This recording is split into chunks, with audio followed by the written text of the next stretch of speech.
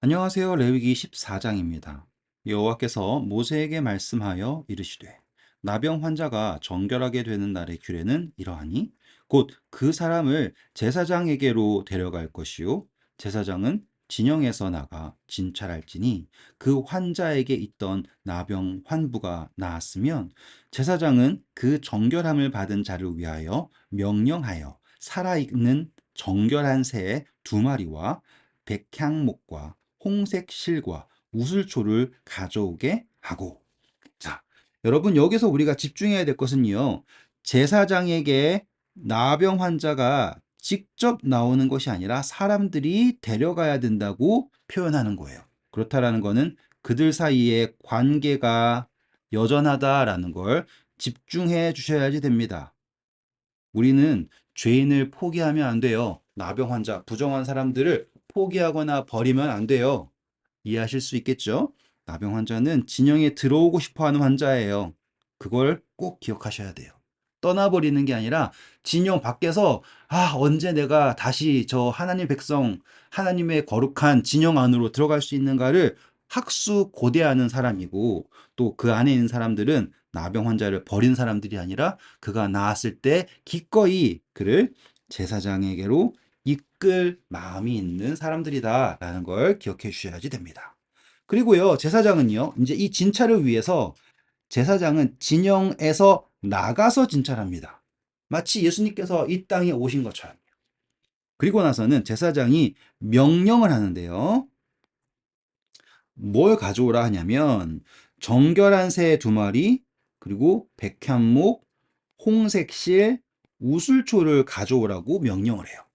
이것들이 상징하는 것이 무엇인지는 제가 알기로는 그 누구도 모른다라고 저는 생각을 해요. 그런데요, 이것들이 보시면 우슬초로 정결하게 하시고 홍색실이라고 하는 것은 붉은 거잖아요. 그리고 백향목이라고 하는 것은 나무 중에 제일 좋은 나무, 썩지 않는 걸로 유명한 나무, 뭐 이런 식으로 어떻게든 조합을 해서 적용을 할 수 있는데요. 그 조합되는 게 어떻게 흘러가나 한번 볼게요. 일단은 여기에 새 두 마리가 등장하지 않습니까? 예, 새가 몇 마리요? 정결한 새 두 마리. 어떤 새인지는 정확하게 명명되어 있지 않지만 높은 확률로 비둘기 두 마리일 거예요. 5절 제사장은 또 명령하여 그 새 하나를 어디 위에서 잡으라고 합니까? 흐르는 물 위라고 하죠. 자, 흐르는 물 이제 히브리어 원어로 보시면 살아있는이에요. 살아있는 물 위, 그 안에서 또 어디요? 질그릇 안에서 잡아라 하죠. 그러면 이 새가 살아있는 물 안에 있는 질그릇에서 잡힌다라는 게 예수님께서 이 땅에 질그릇, 성경에서 질그릇이라는 것은 하는 것은 우리의 인간의 몸을 상징하지 않습니까? 그렇죠? 그래서 예수님께서 이 땅에 오셔서 네, 죽으신 것이 여기에서 나타나지 않는가라는 걸 우리가 볼 수 있어요. 그래서 이 새가 죽었거든요. 그런데 이 다른 새는요, 살아있는 채로 가져다가 백향목과 홍색실과 우슬초와 함께 가져다가 자, 다른 성경 표현을 찾아보시면 그것을 묶어서 하나가 되게 한 다음에 그렇죠? 요 세 개가 하나가 되게 한 다음에 그 살아있는 흐르는 물 위에서 잡은 새의 피를 찍어다가 오 나병에서 정결함을 받은 자에게 7번 뿌려 정하다고 선포하고요. 그 살아있는 새를 들에 놓는다라고 얘기를 해요. 그러면 일단 이 새 한 마리가 살아있는 채 자유를 얻습니다. 그리고 이 새가 자유를 얻는 근거는 바로 이 살아있는 물에서 죽은 질그릇 안에서 죽은 새의 피가 그 새에게 발려졌기 때문에 그 새가 생명을 얻고요. 그 새가 생명을 얻을 때 함께 주어지는 것이 바로 백향목, 홍색실, 우슬초라고 한다면 여러분께서 어떻게 묵상하실 수 있을지 저는 정확하게 알지는 못하지만 우리가 예수 그리스도를 통하여서 구원을 얻고 그분의 십자가의 보혈을 통해서 생명을 얻고요. 우리가 그 물에서 침례로서 거듭날 때 아버지와 아들과 성령의 이름으로 그 세 증인과 함께 자유를 얻잖아요. 생명을 얻잖아요. 마치 그러한 것이 표현되지 않았을까라고 하는 묵상을 할 수 있게 되었어요. 제가 말씀드리지만 이것에 대하여서 정확하게 어떠한 의미이다라고 하는 것은 그 누구도 아직 모른다라고 제가 조심스럽게 말씀드릴게요. 이것은 묵상의 범위입니다. 그런데 우리가 예수님을 찾았고 또 거기에서 우리의 역할을 보았잖아요. 우리는 여기서 자유를 얻은 것이에요.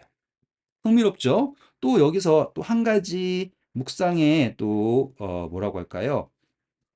징검다리를 놓아드린다면 여기에서 새가 두 마리가 등장하죠. 나중에 대속죄일 한번 봐보세요. 이 대속죄일에서는요, 염소가 두 마리가 준비됩니다. 그리고 이 이야기가 매우 흡사하게 진행된다는 것을 확인하실 수 있을 거예요. 네, 그거는 그때 가서 한 번 더 자세하게 언급해 드리도록 하겠습니다. 8절이에요. 자, 이제 진영 밖에서 정결함에 대한 첫 번째 정결 예식이 끝나잖아요. 첫 번째 정결 예식. 그러면 그 정결함을 받은 자는요, 옷을 빨아야지 됩니다. 그리고 모든 털을 밀고 드러난다라는 뜻이에요. 그리고 몸을 씻어야 됩니다. 물로 몸을 씻어야 돼요.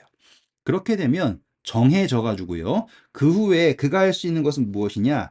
진영에 들어올 수 있게 됩니다. 재밌죠? 자, 옷을 빨고 털을 밀고 몸을 씻은 후에 진영에 들어올 수 있게 되는데 진영 안에 들어오더라도 이 장막에서 일주일 동안 머물러서 있어야지 돼요. 우리 나병을 진찰할 때 일주일 동안 격리했던 거 기억나시죠? 같은 예예요. 그런 후 일곱째 날입니다. 일곱째 날에 다시 한번 모든 털을 밀어요. 보시죠? 모든 털을 밀고 모든 털을 밀고 그리고 머리털과 수염과 눈썹을 다 밀고 다시 한번 그의 옷을 빨고 몸을 물에 씻을 것이요. 그리하면 이제 정하다라고 하는 약속을 다시 한번 얻게 됩니다. 그리고 난 후에요. 여덟째 날. 자, 여러분, 우리가 할례도 그렇고요. 뭐 절기에서도 그렇고 여덟째 날이 중요하다 그랬잖아요. 기억나시죠? 여자가 아이를 낳았을 때 그 남자아이는 여덟째 날에 드디어 포피를 베고 하나님께 드려진다라고 했던 거 기억나시죠?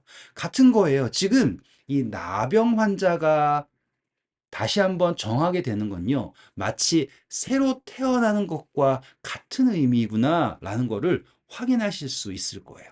자, 그래서요. 이 어떻게 진행되는가 볼게요. 그는 흠없는 어린 숫양 두 마리와 1년 된 흠없는 어린 암양 한 마리와 또 고운 가루 10분의 3 에바의 기름 섞은 소재물과 기름 한 록을 취할 것이요. 여기 갑자기 10분의 3 나와서 당황스러울 수 있지만 여기에 보시면 숫양 두 마리가 있죠? 그리고 암양 한 마리가 있죠. 모든 제사에는 10분의 1 에바가 소재로 들어가야 되잖아요. 그래서 10분의 3 에바 이렇게 이해하시면 돼요. 갑자기 10분의 3은 뭐지? 하고 걱정하지 마시고 우리가 공부했던 것을 기억하셔서 더듬더듬이라도 적용해 보시는 것을 추천드립니다. 정결하게 하는 제사장은 정결함을 받을 자와 그 물건들을 회막 문 여호와 앞에 두고 어린 순양 한 마리를 가져다가 기름 한 록과 아울러 속건제로 드리되 와 여기서 이제 드디어 속건제라는 단어가 등장합니다.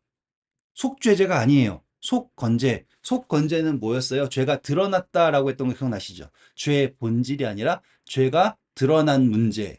그렇다라는 것은 이 문둥병은 드러난 병이었잖아요. 그러니 속건제 적용 가능하시겠습니까? 네, 그렇죠. 그리고 다른 어린 순양은요. 거룩한 장소, 곧 속죄제와 번제물 잡는 곳에서 잡을 것이며 속건 제물은 속죄 제물과 마찬가지로 제사장에게 돌릴지니 이는 지극히 거룩한 것이니라. 네. 그 다음입니다. 제사장은 그 속건제의 피를 취하여, 아시겠죠? 그 정결함을 받은 자의 오른쪽 귓뿌리와 오른쪽 엄지손가락과 오른쪽 엄지발가락에 바를 것이요. 이걸 딱 보면은 여러분 무엇이 떠올라야 되냐면 제사장 위임식이 떠오르셔야 돼요. 그때도 같은 일을 했었죠? 네. 그러니까 다시 태어난다라고 하는 게 어느 정도이냐? 하나님께서 이 문둥병자가 부정한 사람이었는데 진영에 들어올 수 없고 진영 밖에서 있을 수밖에 없던 사람이었는데 문둥병이 낫게 되어서 진영 안으로 들어올 때 그를 어쩌면 다시 태어나서 다시 하나님의 백성이 된다라는 것을 이렇게 인치신다라는 걸 보셔야지 돼요. 그래서 속건 제물의 피를 취하여서요 오른쪽 귓뿌리와 엄지손가락과 오른쪽 엄지발가락에 바르고 게다가 제사장은 또 그 한록의 기름을 취하여 자기 왼쪽 손바닥에 따르고 오른쪽 손가락으로 왼쪽 손에 기름을 찍어 그 손가락으로 그것을 여호와 앞에 7번 뿌릴 것이요. 자, 7번 뿌리는 거 일치된다라는 거였죠. 그리고 그 남은 기름을 제사장이 정결함을 받을 자에 또 오른쪽 귓뿌리와 오른쪽 엄지손가락과 오른쪽 엄지발가락 곧 속건제물의 피 위에 바른다. 야, 이거 인친다라는 거 너무 분명하지 않습니까? 그렇죠? 아직도 그 손에 남은 기름은 제사장이 그 정결함을 받은 자의 머리에 바르고 제사장은 여호와 앞에서 그를 위하여 속죄하고 또 제사장은 속죄제를 드려. 자, 속건제와 구별되는 제사가 등장하는 거죠. 그렇죠? 속건제로서 이제 그 사람이 하나님의 백성으로 문둥병자가 부정한 자가 하나님의 백성으로 거듭나게 되었을 때 이제 제사장은 죄의 본질에 관한 속죄제를 드려 그 부정함으로 말미암아 정결함을 받을 자를 위하여 이제 속죄를 하고요. 그 후에 남은 건 뭐예요? 번제물을 잡을 것이요. 제사장은 그 번제와 소제를 제단에 드려 그를 위하여 속죄할 것이라. 그리하면 그가 정결하리라. 아멘. 이제 이해가 되시죠? 왜 세 마리인지도 이해하실 수 있고. 그렇죠? 한 번 더 확인해 드릴까요? 준비물이 뭐였어요? 어린 순양, 여기 있네요. 숫양 두 마리, 그리고 어린 암양 한 마리잖아요. 그렇죠? 그랬을 때 여기서 암컷은 개인이었던 거 기억나시고, 이런 식으로 이 제사 자체에서 보여주고 있는 게 있어요. 그걸 그대로 읽으시기만 하면 돼요. 속건제를 드릴 때는 제가 숫양이라 그랬잖아요. 그쵸? 여기 숫양. 이해하실 수 있겠죠? 뭐, 너무 어렵다 하시면 저도 할 말이 없지만. 자, 그래서 이 제사가 드려진 이후에 하나님께 온전히 거듭남을 경험한 이 사람을 위하여서 제사장은 그가 정결하다라고 선포를 합니다. 그 다음이에요. 만일 그가 가난하여 그의 힘이 미치지 못하면 그는 흔들어 자기를 속죄할 속건제를 위하여 어린 숫양 한 마리와 자, 이 가난해도 절대로 포기할 수 없는 게 바로 속건제를 위한 어린 순양 한 마리예요. 소재를 위하여 고운 가루 10분의 1 에바에 기름 섞은 것과 기름 한 록을 취하고 그러니까 어린 수작 한 마리니까 소재는 네 10분의 1 에바가 함께 가는 거예요. 아까는 10분의 3이었는데 그쵸? 그의 힘이 미치는 대로 산 비둘기 둘이나 집 비둘기 새끼 둘을 가져다가 하나는 속죄 제물로 하나는 번제물로 삼고 이해되셨죠 이제? 하나는 속죄 제물 하나는 번제물 그래서 꼭 세 번의 제사가 드려져야 되는 거예요. 여덟째 날에 그 결례를 위하여 그것들을 회막 문 여호와 앞 제사장에게로 가져갈 것이요 제사장은 속건제의 어린 양과 기름 한 록을 가져다가 여호와 앞에 흔들어 요제를 삼고 속건제의 어린 양을 잡아서 제사장은 그 속건 제물의 피를 가져다가 정결함을 받을 자의 오른쪽 귓뿌리와 오른쪽 엄지 손가락과 오른쪽 엄지 발가락에 바를 것이요 제사장은 그 기름을 자기 왼쪽 손바닥에 따르고, 같은 내용인 거 보이시죠? 그쵸? 그 다음입니다. 오른쪽 손가락으로 왼쪽 손가락에 기름을 조금 찍어 여호와 앞에 7번 뿌릴 것이요. 그 손의 기름은 제사장이 정결함을 받을 자의 오른쪽 귓부리와 오른쪽 엄지손가락과 오른쪽 엄지발가락, 곧 속건제물에 피를 바른 곳에 바를 것이며, 또 그 손에 남은 기름은 제사장이 그 정결함을 받는 자의 머리에 발라 여호와 앞에서 그를 위하여 속죄할 것이며, 그는 힘이 미치는 대로 산 비둘기 한 마리나 집 비둘기 새끼 한 마리를 들이되, 곧 그의 힘이 미치는 대로 한 마리는 속죄제로 한 마리는 소제와 함께 번제로 드릴 것이요, 제사장은 정결함을 받을 자를 위하여 여호와 앞에 속죄할지니. 나병 환자로서 그 정결 예식에 그 힘이 미치지 못하는 자의 규례가 그러하니라. 자, 여러분, 여기서 은혜가 보이시나요? 하나님께서 이 사람들이 얼마나 외로운 삶을 보냈겠어요. 나병이 나았다라는 소식이 얼마나 귀합니까? 성경에서도요, 나아만 장군 이외에 예수님께서 오시기 전에 나병이 나았다라고 하는 소식은요, 너무나 귀한 거예요. 미리암이 낳은 정도밖에 없단 말이에요. 그런데 이 예식이 그러면 나병 환자가 나을 때마다 역사 속에서 계속적으로 흔하게 반복되었는가? 그렇지 않아요. 아시겠죠? 어쩌면은 한 번도 일어나지 않은 예식일 수도 있어요. 하지만 이 성경이 우리에게 말하고 있는 것은 죄인인 우리가 어떻게 거듭나서 하나님에게 다시 돌아갈 수 있는가, 하나님의 거룩한 백성으로 거듭날 수 있는가라는 것을 설명하는 것이 바로 이 내용이다라는 걸 기억해 주시면 좋을 것 같아요. 그리고 이 나병 환자가 회복되고, 그리고 다시 한번 정결하다라고 선언을 받기까지의 그 과정에 결코 이 나병 환자는 혼자가 아니며, 이해하실 수 있겠죠? 혼자서 되는 게 아니에요. 사람들이 도와줘야 되고요. 그리고 제사장이 함께 해야지 그것이 가능해지는 것입니다. 여호와께서 모세와 아론에게 말씀하여 이르시되, 내가 내게 기업으로 주는 가나안 땅에 너희가 이를 때에 너희 기업의 땅에서 어떤 집에 나병 색점을 발생하게 하거든 그 집주인은 제사장에게 가서 말하여 알리기를, 무슨 색점이 집에 생겼다라고 합니다. 집에. 제사장은 그 색점을 살펴보러 가기 전에 그 집 안에 있는 모든 것이 부정을 면하게 하기 위하여 그 집을 비우도록 명령한 후에 들어가서 그 집을 볼지니, 그 색점을 볼 때에 그 집 격에 푸르거나 붉은 무늬의 색점이 있어 벽보다 우묵하면 제사장은 그 집 문으로 나와 그 집을 이레 동안 폐쇄하였다가 이레 만에 또 가서 살펴볼 것이요, 그 색점이 벽에 퍼졌으면 그는 명령하여 색점이 있는 돌을 빼내어 성밖 부정한 곳에 버리게 하고, 또 집 안 사방을 긁게 하고 그 긁은 흙을 성밖 부정한 곳에 쏟아버리게 할 것이요. 자, 지금까지만 봐도 이 제사장이 하는 판단의 내용이 문둥병자를 판단하는 것과 매우 흡사하다라는 걸 볼 수 있죠. 그렇다라는 건 지금 여기서 하나님이 어떻게 집에 피인 곰팡이를 제거하고 이거를 알려주시는가라고 보지 마시고, 여러분의 몸이, 여러분의 마음이 성령님의 전이라고 하는 개념에서 읽으시면 이것 역시 묵상이 가능해진다라고 말씀드리고 싶어요. 그들은 다른 돌로 그 돌을 대신하며 다른 흙으로 집에 발을 찌니라.